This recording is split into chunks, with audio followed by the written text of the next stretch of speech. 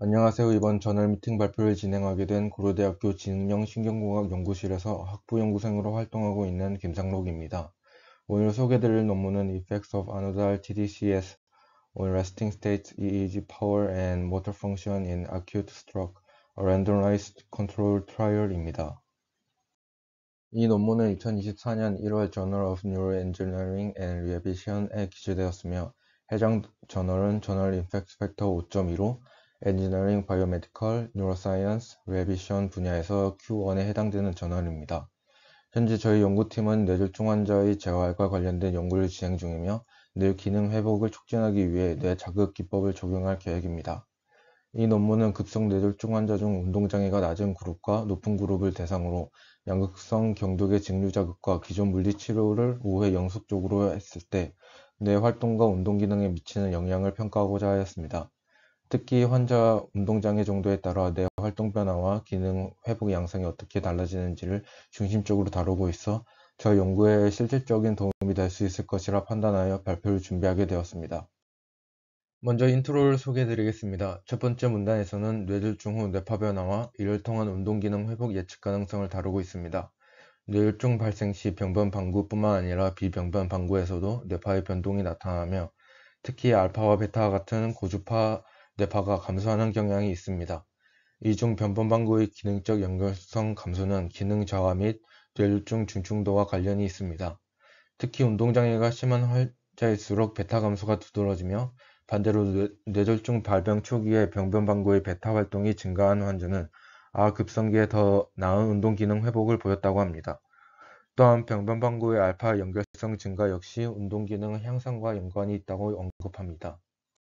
앞선 문단에서 언급했듯이 첫 2주 내 조기 재활이 뇌졸중 회복에 중요하지만 집중 재활 후에도 일부 운동 기능 결손이 지속될 수 있음을 언급하고 있습니다.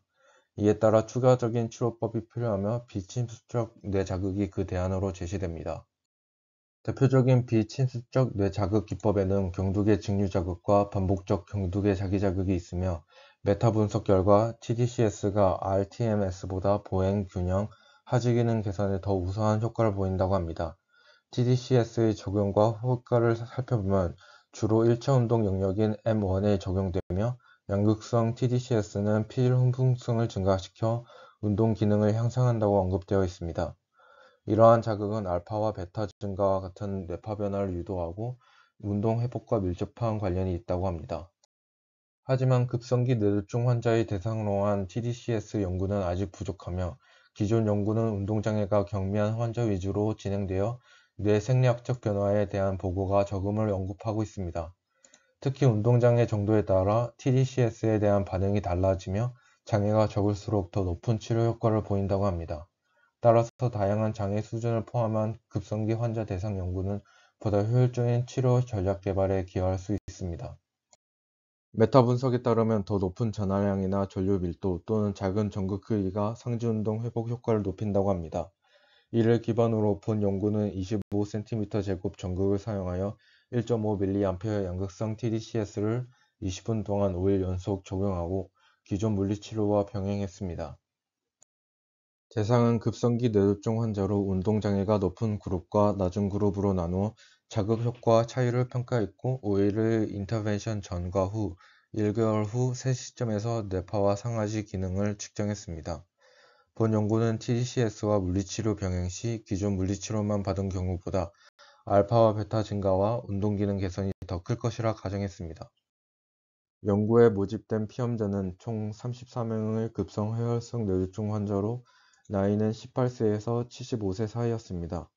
모두 첫 뇌졸중 발생 후 2일에서 10일 이내인 환자들이며 의식이 명료하고 지시 수행이 가능한 상태였습니다. 또한 뇌졸중 환자 일상생활 의존 점수인 MRS 점수가 4 이하인 환자들이 포함되었습니다. 해당 점수는 낮을수록 뇌졸중과 관련한 증상이 없음을 나타냅니다. 반면 출혈성 뇌졸중, 재발성 뇌졸중 환자나 TDCS 및 뇌파 측정에 방해 요인이 있는 환자들은 연구에서 제외되었습니다. 연구의 실험 절차는 참가자와 측정자 모두 그룹 배정을 모르는 더블 블라인드 방식으로 진행되었으며 무작위 대조 연구 설계를 적용하여 참가자들은 아노달 그룹과 셰인 그룹으로 무작위 배정되었습니다. 인터벤션은 앞서 언급했듯이 총 5일간 진행되어 프리, 포스트, 팔로우업 세 시점에서 평가가 이루어졌습니다. 이 세 시점에서 뇌파와 운동기능 평가를 위한 풀그룹마이어 평가 및 WMFT가 진행되었습니다. 연구 과정에서 팔로우업 평가 동안 총 4명의 피험자가 이탈하여 최종적으로 각 그룹별 15명, 총 30명의 데이터가 분석에 활용되었습니다. 인터벤션에 대해 자세한 내용을 설명드리겠습니다. 먼저 TDCS는 앞서 언급했듯이 1.5mA의 강도로 20분간 적용되었습니다. 전국 위치는 국제 10-20 시스템을 기준으로 운동 피질 부위에 배치되었습니다. 아노달 그룹 경우 병변 방구의 C3 또는 C4의 양극 전극, 반대 방구의 FP1 또는 FP2의 응급 전극이 배치되었으며 셰인 그룹 경우 동일한 전극 배치 후 초기 짧은 자극으로 실제 자극을 모방한 뒤 전류를 차단하고 20분 동안 전극을 부착하되 삑 소리가 지속되어 참가자가 자극 여부를 인지하지 못하도록 했습니다. 재활 프로그램은 TDCS 적용 직후 즉시 30분에서 40분 동안 진행되었고 참가자의 운동장애 수준에 맞춘 맞춤형 프로그램을 제공했습니다. 이와 운동 기능을 평가하기 위해 100점 만점 풀그룹마이어 평가와 WMF 중 깡통 들기와 연필 들기가 진행되었습니다.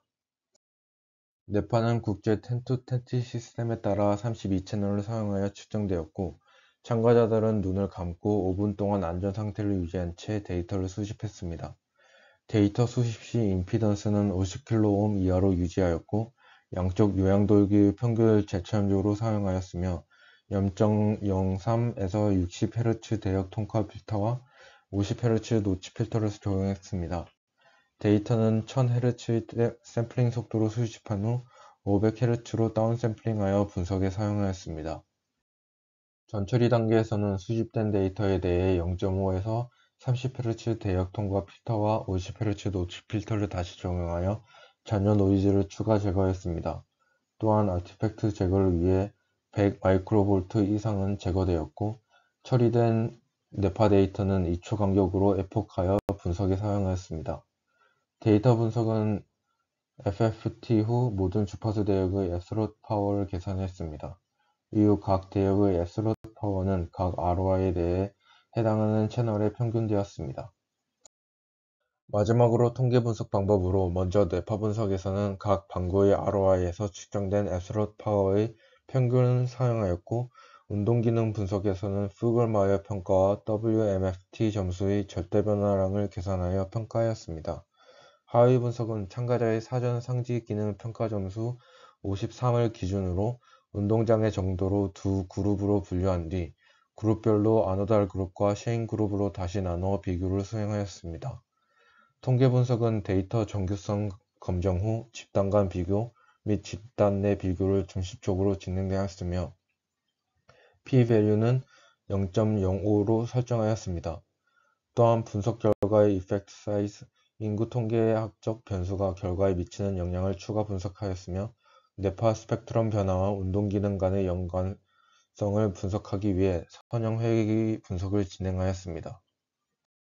이번 연구의 결과입니다. 이 표는 팔로우 평가까지 완료한 참가자들의 기본 특성을 정리한 것으로 앞서 설명드린 것처럼 각 그룹에 15명씩 총 30명의 참가자가 연구에 참여하였습니다. 분석 결과 연령을 제외한 대부분의 기본 특성에서 두 그룹 간 유의미한 차이는 없었습니다. 또한 TDCS 적용 과정에서 이상감각, 가려움, 전극 부위, 발적, 두통, 화끈거림과 같은 미약한 부작용이 일부 참가자들에게서 보고되었지만 경미한 수준으로 연구 진행에는 큰 영향을 미치지 않았다고 합니다. 다음으로 뇌파 분석 결과입니다. 저주파 대역인 델타와 세타의 경우 두 그룹 모두 유의미한 변화가 없어 결과에서 제외하였습니다. 고주파 대역인 알파의 경우 먼저 그룹 간 비교에서는 아노달 그룹과 셰인 그룹 간 통계적으로 유의미한 차이는 나타나지 않았습니다. 하지만 그룹 내 비교 결과 아노달 그룹에서는 모든 뇌 영역에서 알파 대역이 유의미하게 증가하는 경향을 보였습니다. 반면 셰인 그룹에서는 손상되지 않는 방구의 후두부에서만 알파 대역이 유의미하게 증가하였습니다. 즉 아노달 그룹은 보다 광범위한 영역에서 알파 대역 증가가 나타난 반면 쉐인 그룹에서는 국소적인 변화만 관찰되었습니다.